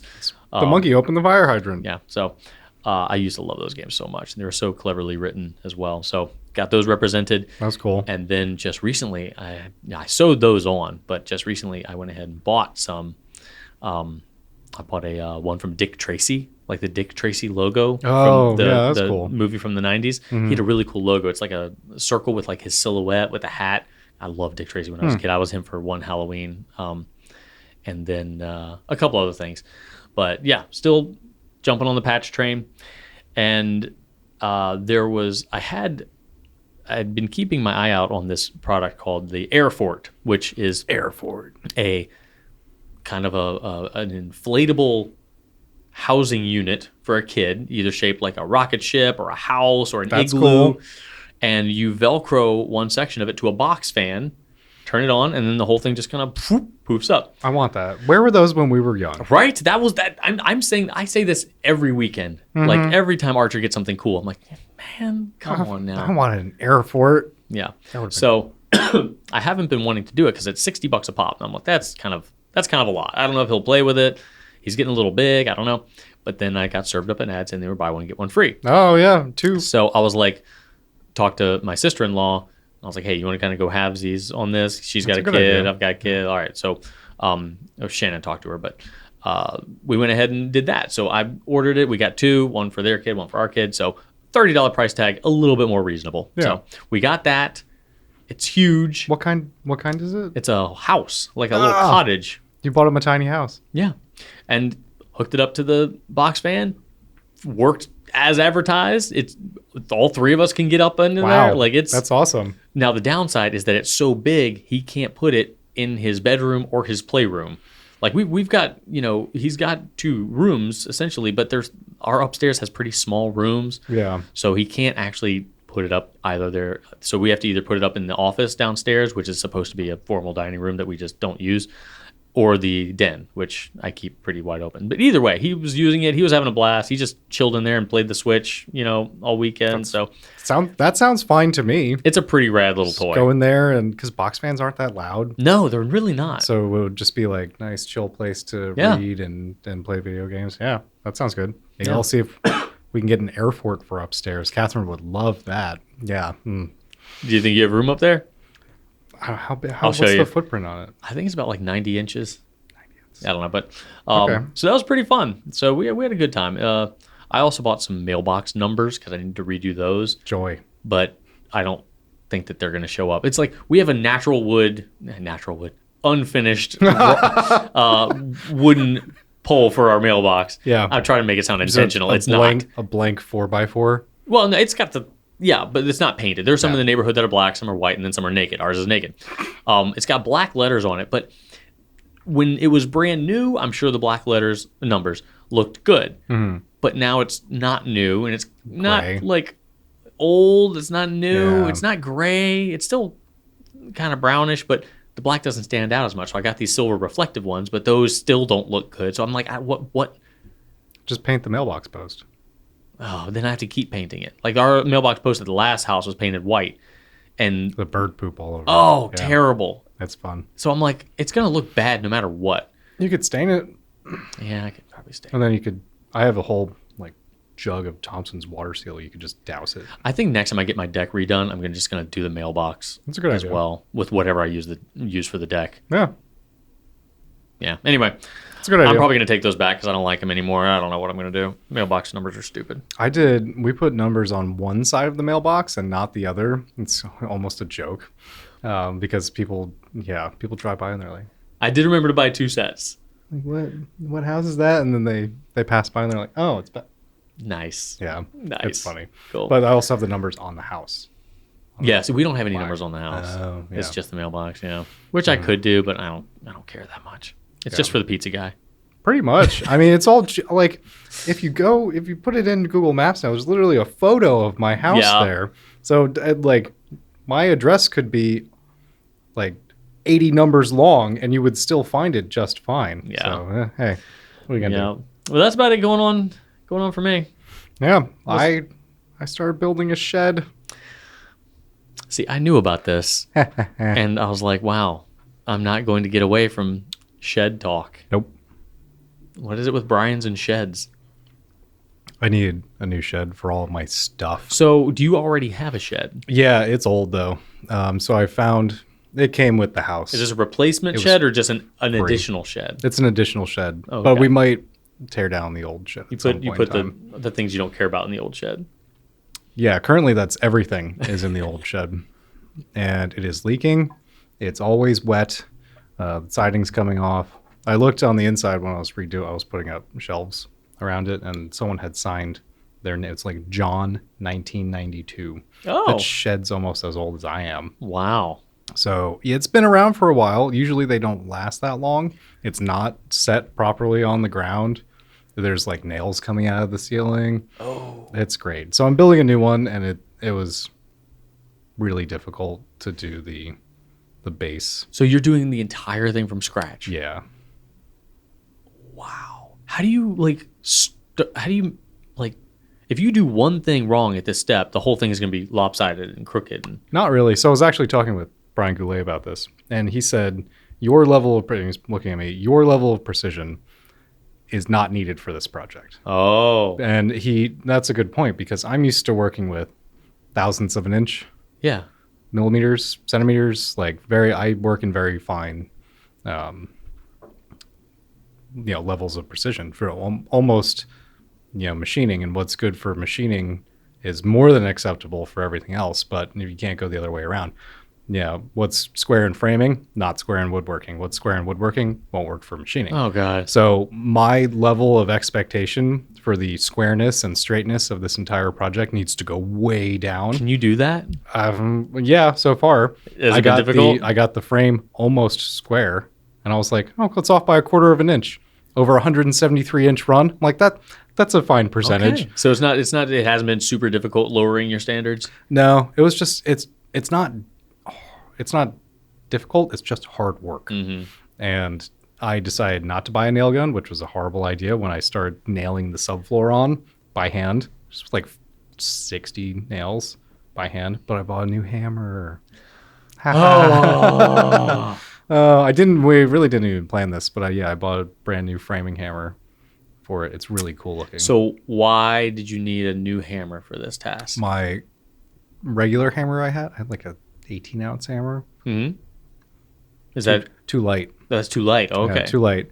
Well, I mean, it would work fine, but it's also they make hammers with milled faces on them, so it's got like cross-hatched. Oh yeah. Like knurled. Yeah, it's knurling. Yeah. So when you Brian's talked to me about that before. Yeah, you hit the nail, it grabs on. Yep. Yeah. We've covered this. Yeah, so I've got the framing hammer has during a knurled the hammer face. section of the Pencast. Yeah, so now, and then while I was building the thing, I was like, man, I like when I'm tapping the wood to square it up, I was like, man, I could really use a 4-pound engineer's hammer right now. 4 pound. Yeah, it's a little. I guess that little Thor hammer. That makes sense. Yeah, I didn't buy that though. I'm not going to buy another useless hammer. You can buy hammers after you get the shed. They have plenty of room for hammers. Yeah, maybe I'll make one. Make a hammer? That'd be pretty cool. Yeah. Have you made a axe handle?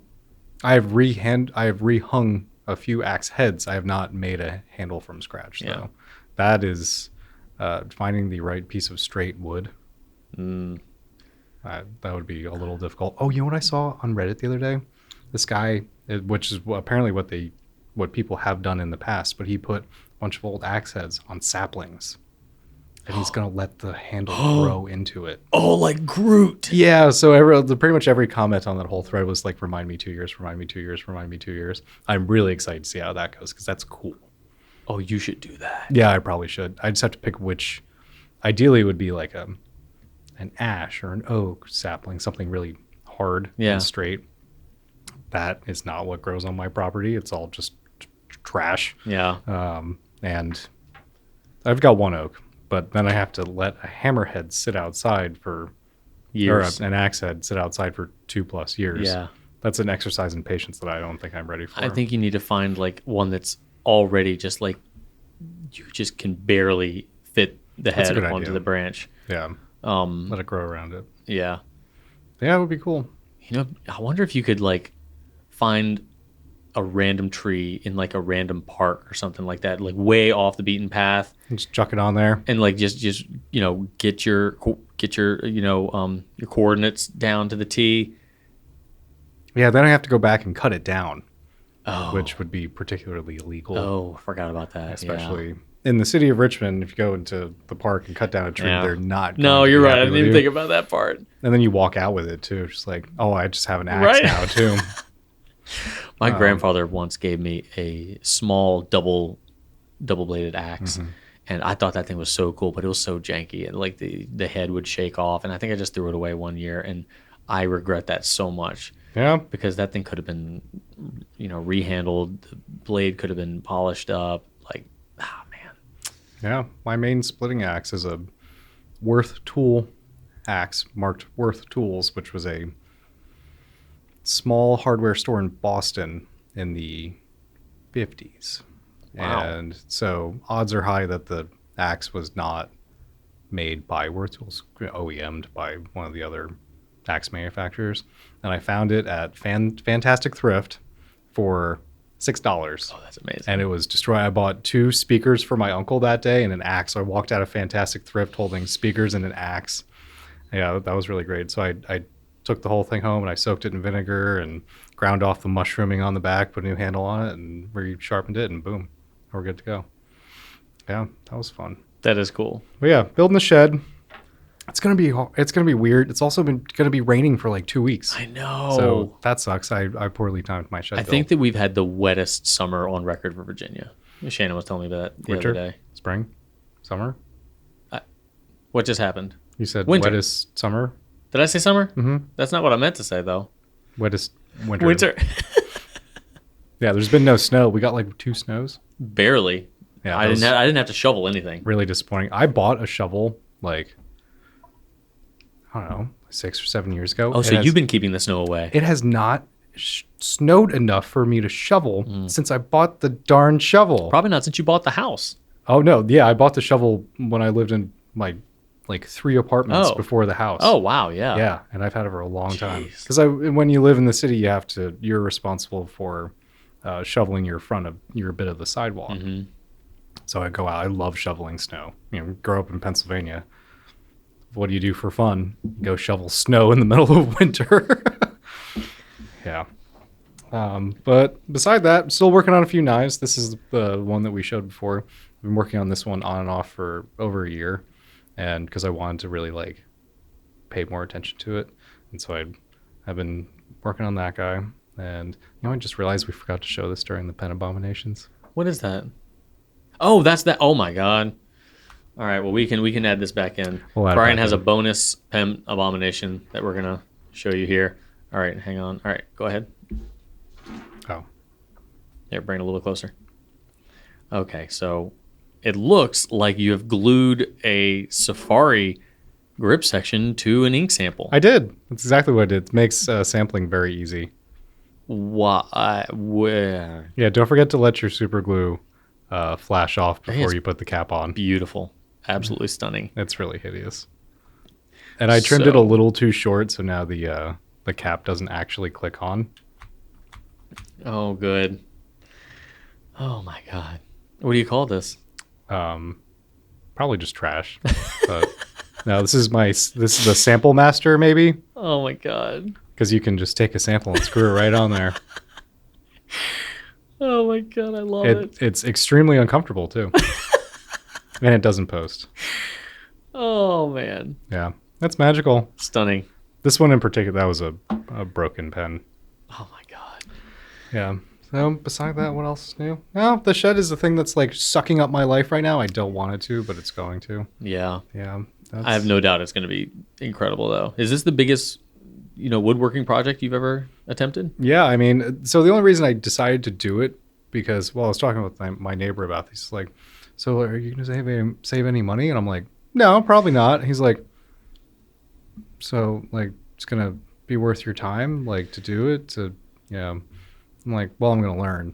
I'm going to learn how to frame. I'm going to learn how to put on a subfloor. I'm going to learn how to build a mild, basic foundation. I'm going to learn how to sheathe the house. I'm going to learn how to roof. I'm going to learn how to frame a roof. Put shingles down. Like, it'll be fun. Odds are high that it'll be thoroughly overbuilt because I'll just put way too many fasteners and clips and everything all over it. Sounds like Goulet. Yeah, so I'm going to build the crap out of it and then off we go. That sounds amazing. I've thought about learning how to shingle because at one point I wanted to make a double-sided kayak Oh yeah, the holder. stand. Yeah, did I talk to you about that? You told me about that. Yeah, but then I just stopped kayaking as much. Like every year that went by, I'm like, is this going to be worth it? So I'm not going to build something permanently into the ground that represents a hobby that I'm fading out of. I don't want to, but it just seems to be happening. So Well, we can. Yeah, if you want to give it a whirl afterward, No, go over no. and try and build a kayak gosh, shed. you take thing. care of your second little home. You're tall enough that I might need you to help me with the roof. Happy to. Woohoo! Happy to. I have no doubt that if you want a favor from me, that I will have a use for your skills at some point. I have like my height is like my only marketable skill that I have. So yeah. Glenn offered help too. That'd be fun. It's like me, you, and Glenn putting a shed together. That would be funny. That would. It's like the Three Stooges right there. I actually might be involved in a kickball league this summer. Our friend Dan was like, hey, do y'all want to do this? Kind of like offhandedly. And Shannon and I were just kind of like, yeah, Sure. actually. So I don't know. It seems kind of crazy. I haven't done anything that physical Kickball's fun. since I was a child. Well, it's great now because like mean children won't be there. You'll just have adults, competitive adults, and the ball goes further. Well, he insists it's not super competitive. That's good. So that was I was concerned about that. I'm like, because I'm not good at anything. So I played once or twice on a friend's league, and it was yeah. interesting enough. I don't really like fun though. I'm just kidding. No, I'm like so non-competitive that Yeah. like if I kick the ball and it doesn't go where I want it to go, or we lose, I'll be like, it's okay. Yeah, same. Like, nah.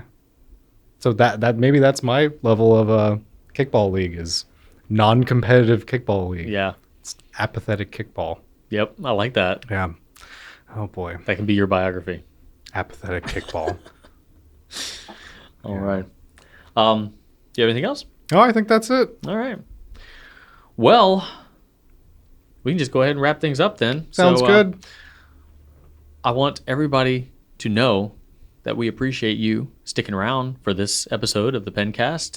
If you have any questions, you can launch us an email at pencast@gouletpens.com. We have all of the links for the products that we discussed here today listed below. You can click them, get sent right over to the website where you can learn more about them, be it the various princess pens with all those cool designs or the mini Colorverse Season 8 colors. So those are all fascinating. Definitely worth checking out a little bit further, hearing a little bit more about the story that inspires all of that. But for now, I think we can just jump into my fun fact.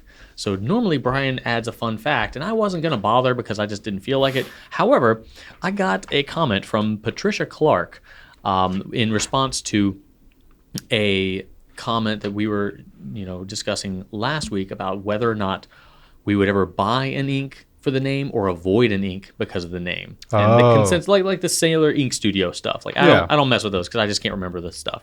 But Patricia said that an ink I bought only for its name, Birmingham Pen Company's Green Weenie. Smiley face. So I don't know anything about Birmingham Pen Company. I've never heard of Green Weenie. But when she said that, I was like shook because my grandfather, who is an avid fisherman and boater, had a boat most of my childhood, and on the radio, his call sign was Green Weenie. And I've never heard that term since then. Green Weenie. I'm like, why is she talking to me about an ink called Green Weenie? What the heck is Green Weenie? I just thought it was a greenish boat, and it was small, so I thought that's what he was saying. It's like, it's a wee green boat. No. Turns out, I wikied the Green Weenie. The Green Weenie was a sports gimmick in Pittsburgh, Pennsylvania, co-created by Bob Prince, the broadcaster for the Pittsburgh Pirates Major League Baseball team, and Pirate trainer Danny Whalen. It was most popular during the 1966 season.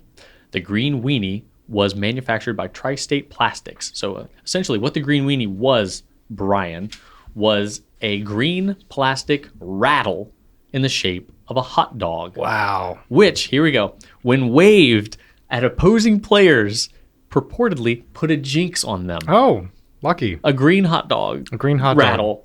It would jinx people. Man, you could, like back in the day, you could make money off of anything. It's amazing. Yeah. So, conversely, when waved at pirate players, so your allies, it allegedly bestowed good luck. Oh, okay. So it would curse your enemies. And then give good luck to your... So you just shake it you at have to people. wave we have to get a green meanie. Green weenie? So in September, the H.J. Heinz Company offered a 3-foot inflatable version for $1.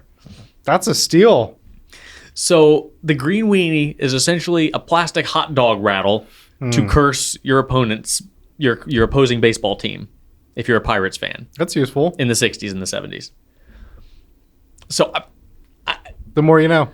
my grandfather wasn't a sports guy, so but I mean, I guess he was, definitely doing things in the 60s and 70s. So, Yeah. that just kind of shook me up, man. I don't know. The boat was green. Yeah. What else you gonna call it? The green machine, the mean green, It had the a name, green though. weenie. Here's the thing. It had a name. On the back, he had painted, or my aunt, somebody had painted Inez, which is my grandmother's maiden name or middle name. A little Z with a fish hook on it. So it had two names. It had, so the boat had the name. It had the name, His which was... call sign was green meanie. He never called green it the meanie. Inez. Like, that was like out of love and respect for his wife, but he never called it. He called it the freaking green weenie, which I'm like, why don't you just... It's a funny joke. Yeah. Papa. Yeah. Anyway, that's the green weenie. It's weird. This has been Pencast, episode 125. Brian, thank you so much for being Brian. Yes, you're very welcome. We need a Brian to balance the scales. I hope I did a good job. I am not Brian Goulet. I am the other Brian. And yet still we talked about sheds and hammers. Yeah, I didn't. I feel kind of bad now. Should have brought something more interesting in than the same. I do not have any bags of rocks or buckets of rocks around. You haven't finished your shed yet. I literally asked Brian when he was talking about the rock thing. I was like, you just have buckets of rocks sitting around? He's like, yeah. Where else do you keep your rocks? I'm like, on the ground. He told me a rock acquisition story yesterday that I'm not even going to discuss because I'm sure he's going to say something about it next week. So we'll just leave y'all with that. But Brian Goulet has acquired more rocks. So just the concept of paying for rocks is detestable to me. Oh, these he didn't pay for. Oh. But anyway, we don't need to do this. This is my week off from rock discussions. So thank you so much. Appreciate you all for sticking with us. Thank you for joining us here today. Have fun and ride on. Bye.